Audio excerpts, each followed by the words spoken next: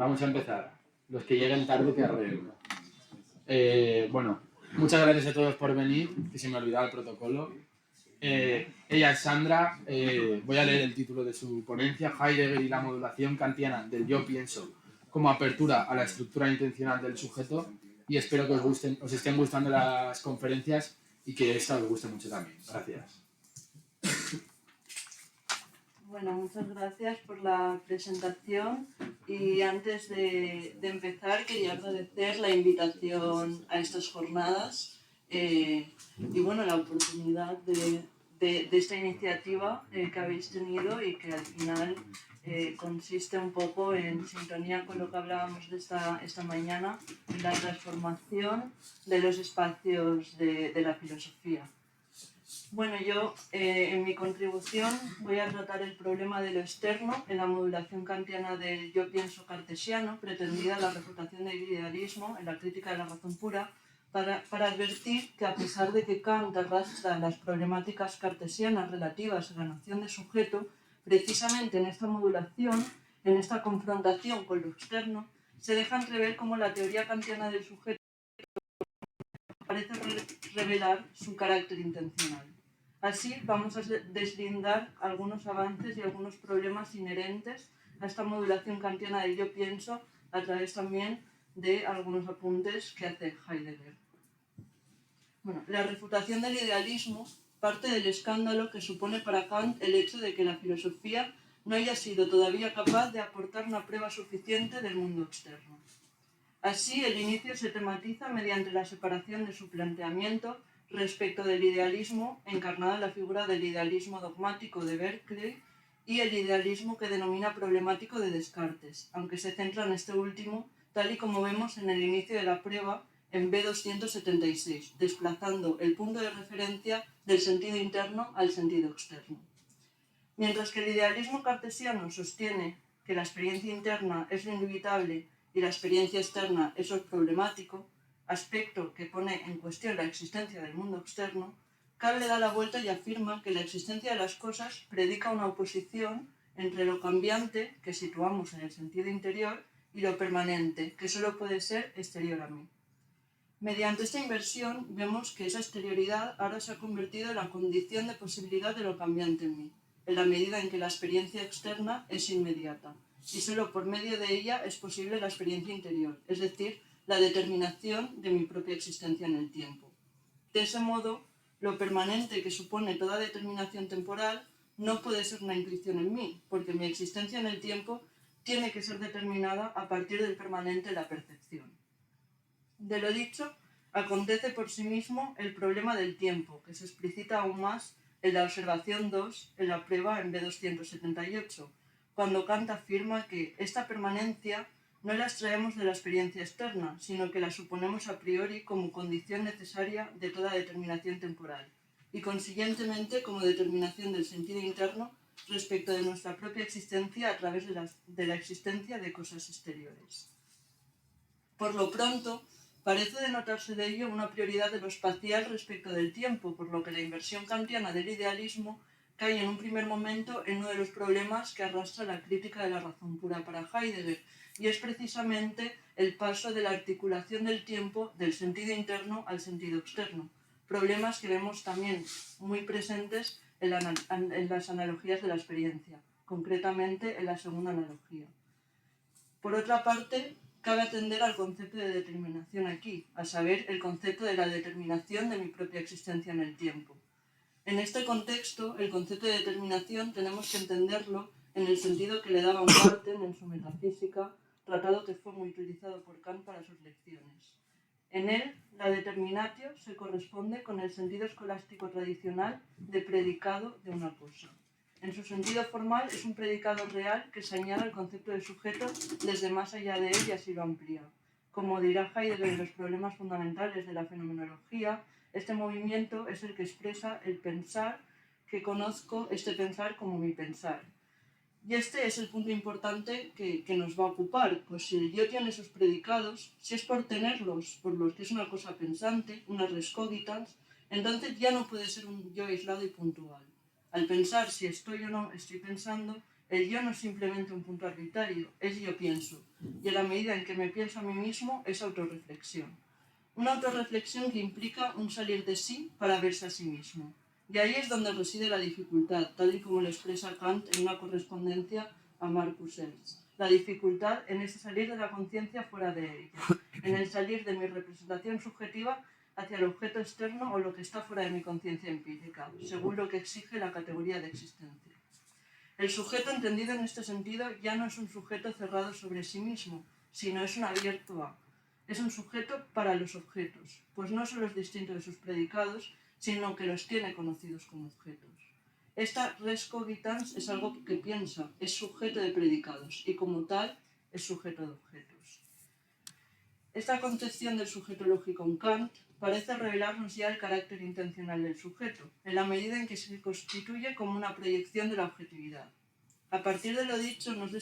es de extrañar que Kant distinga entre una deducción subjetiva y objetiva de los conceptos a priori, dando prioridad a esta última, pues se debe establecer la validez objetiva a priori del entendimiento.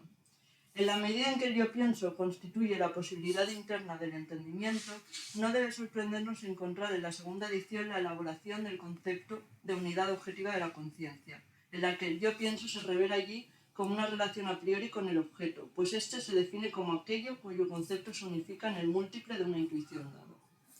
Kant nos recuerda que toda unificación de representaciones exige unidad de conciencia en la síntesis de estas. De ese modo, la unidad de la conciencia es la que constituye las representaciones de un objeto y, por tanto, su validez objetiva.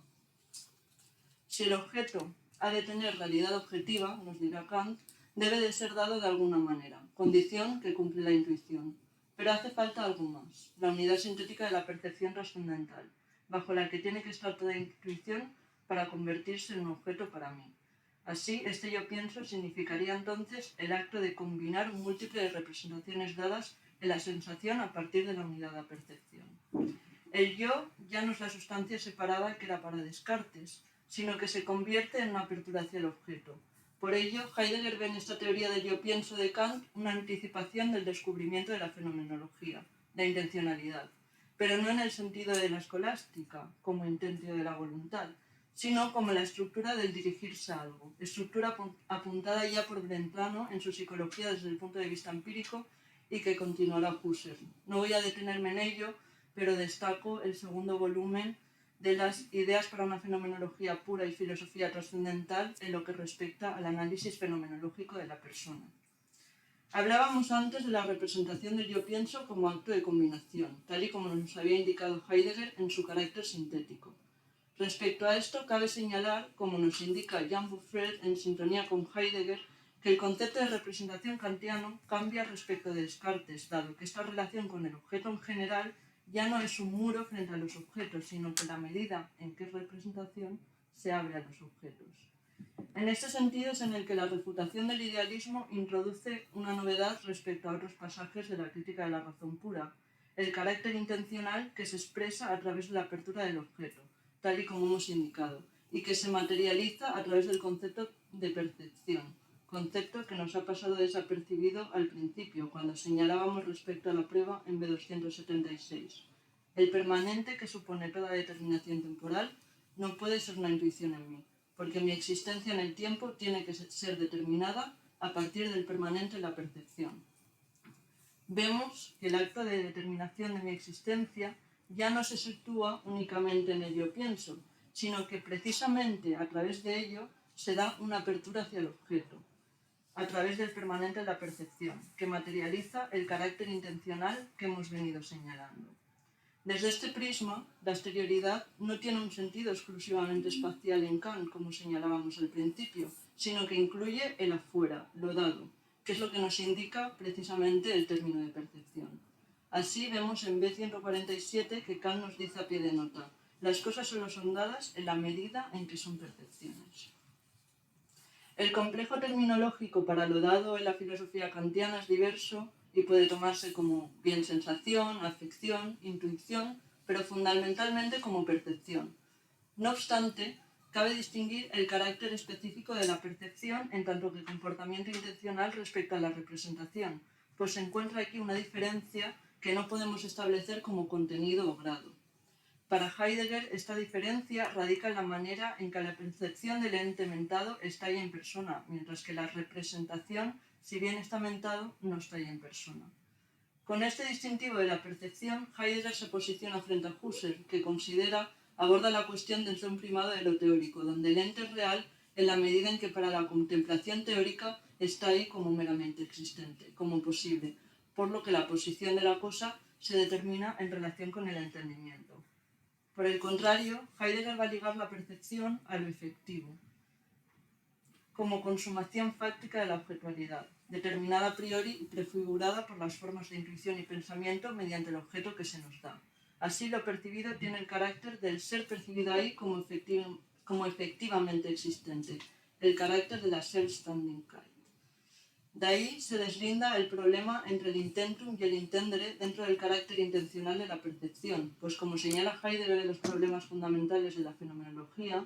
todo comportarse es un comportamiento respecto de, y todo estar dirigido a, tiene su específico qué respecto al que se comporta y su qué hacia el que está dirigido. El percibir, su intentio se refiere a lo percibido, intentum. Pero en la refutación del idealismo, la percepción cae bajo una ambigüedad, significando tanto el percibir como lo percibido. Así se nos pone de manifiesto la prueba en A277 cuando nos dice Kant respecto al tercer postulado del pensamiento empírico en general. Solo podemos llegar a una existencia que tenga que estar contenida en un determinado contexto de la experiencia de que forma parte la percepción dada.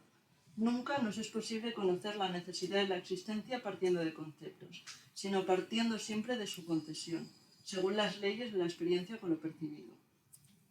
Con este pasaje ponemos de manifiesto la ambigüedad de los términos intencionales en Kant, pues uso de modo indiferenciado tanto el intendere como el intentum, expresando, en primer lugar, una ambigüedad entre los términos de representación y percepción, y por tanto respecto al ámbito de lo posible y de lo real.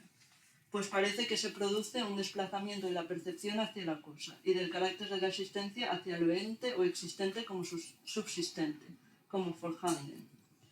Y en segundo lugar, fruto de esta ambigüedad, se crea una relación subsistente entre dos entes, el objeto subsistente y el sujeto subsistente, de modo que parece que la relación intencional solo puede subsistir en tanto que relación cuando ambos polos subsisten. Esto supone que el sujeto psíquico siempre presupondría una posible relación entre él y lo otro, la subsistencia de un objeto físico. Por lo que la relación queda presa de nuevo en la sustancialización cartesiana, pues el sujeto, sin esta relación intencional, subsistiría de forma aislada. Es decir, la relación intencional se añadiría al sujeto gracias a la subsistencia del objeto y a la inversa. Y esto implicaría la creencia de que el sujeto psíquico aislado está desprovisto de intencionalidad. La relación intencional no surge solo cuando se añade un objeto a un sujeto. La relación intencional con el objeto no le incumbe al sujeto solo y con mediante la subsistencia del objeto, sino que, tal y como nos indica Heidegger, el sujeto en sí mismo está estructurado intencionalmente, en tanto que está dirigido a lo dado en la percepción. En este sentido, la relación del percibir un objeto es persambigua, pues esta relación de percepción como un objeto puede significar, como señala Heidegger, que el percibir en sí mismo está estructurado mediante esta relación, subsista o no aquello con lo que se comporta, el objeto. En la medida en que la relación que denominamos intencional implica un comportarse, parece deducirse que la intencionalidad no es una relación objetiva entre dos entes subsistentes, sino que esa relación comporta una determinación del sujeto, pues los comportamientos son del yo. Volvemos así al problema de lo externo y a la misma pregunta. ¿Cómo salimos desde las vivencias intencionales, el interior en el sujeto hacia afuera, a las cosas en tanto que objetos? ¿Cómo se configura este movimiento que apuntábamos, a saber, que el permanente que supone toda determinación temporal no pueda ser una intuición en mí, porque mi existencia en el tiempo tiene que ser determinada a partir del permanente de la percepción? Y en última instancia, ¿qué supone esa permanencia? Tenemos que volver de nuevo a la deducción trascendental, pero esta vez cuando Kant nos dice: solo podemos representarnos el tiempo, que no es un objeto de la intuición externa, con la imagen de una línea que trazamos. Sin esta última forma de mostrar, no seríamos capaces de conocer la unicidad de su dimensión, Por consiguiente, las determinaciones del sentido interno tenemos que disponerlas en el tiempo precisamente del mismo modo según el cual disponemos en el espacio las de los sentidos externos. Encontramos una determinación del tiempo bajo el yo pienso, una imagen del mismo como una línea que trazamos, que nos pone de manifiesto la comprensión kantiana del tiempo como una sucesión de horas. Pero aún más, en la nota que sigue a ella dice Kant: el yo pienso expresa el acto de determinar mi existencia. Por consiguiente, la existencia ya está dada a través de él. Pero el modo según debo determinar la existencia no está todavía determinado en este acto, sino que requiere de una autointuición, el tiempo, que es sensible y pertenece a la receptividad de lo determinable. El tiempo suministra lo determinable. No puedo determinar mi existencia como existencia de un ser activo por sí mismo, sino que simplemente me representa la espontaneidad de mi pensar, es decir, del determinar. Esa espontaneidad es la que hace que me denomine inteligencia. Esta comprensión del tiempo como sucesión de horas, paralelamente a la identificación del yo, de la percepción con la espontaneidad de la inteligencia, nos revela que estamos atribuyendo los mismos predicados esenciales al tiempo y al yo pienso, por lo que Kant seguiría asumiendo la ontología sustancialista cartesiana con una doble sustancialización entre el yo y el mundo a través de la oposición entre una res cogitans y una res extensa, entre un sujeto y un objeto. Esto hace inconcebible de nuevo la relación intencional entre ambos, pues volvemos a caer en una circularidad, en la brecha temporal del yo, que no deja de ser explicada en términos espaciales, como una extensión. Pero hacer esta afirmación sin más sería una superficialidad, porque para Heidegger el problema no está en esta identificación. Al contrario, Heidegger le reconoce a Kant el hecho de que el tiempo y el yo pienso no se enfrenten como compatibles y heterogéneos, sino que sean lo mismo. Pues Kant ha interpretado trascendentalmente por primera vez el tiempo y el yo pienso que en la tradición y en Descartes se habían tomado por separado, reunidos en su mismidad. Así se pregunta Heidegger en Kant el problema de la metafísica. ¿Podemos seguir ignorando que Kant atribuye los mismos predicados esenciales al tiempo y al yo pienso? Es decir, que coincida estos predicados de fijo y permanente no como afirmaciones ónticas relativas a la inmutabilidad de un yo, sino como determinaciones trascendentales, o dicho de otra manera,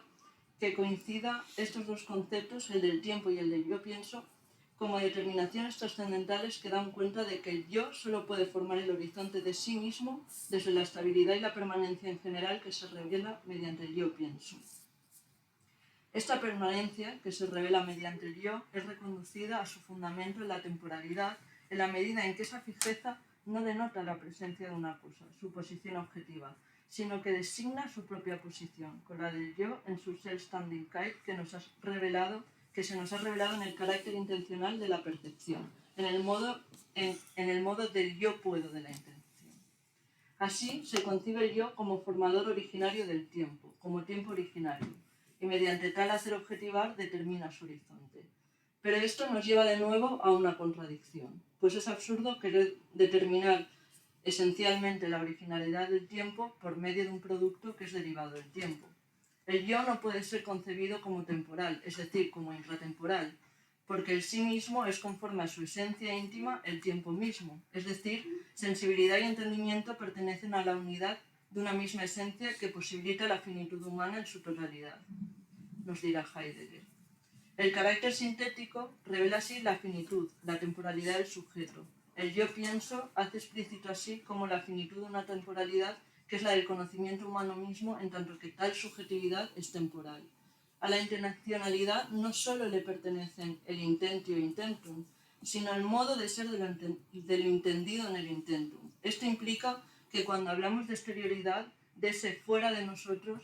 se refleje una ambigüedad de la refutación del idealismo, pues cuando Kant habla de la exterioridad, se refiere solo a la exterioridad desde el espacio en el sentido del objeto empíricamente externo. Esto no queda claro, pues en la prueba nos decía, solo puedo percibir algo sucesivo en mí a partir de lo permanente, que por esa razón solo puede estar fuera de mí. Pero no puede ser un objeto en el sentido espacial, porque el espacio, como aprehensión a priori del sentido exterior, es una representación en mí. En el cuarto paralogismo, Kant nos dice en referencia a la mención del objeto empírico que se llama objeto externo si está representado en el espacio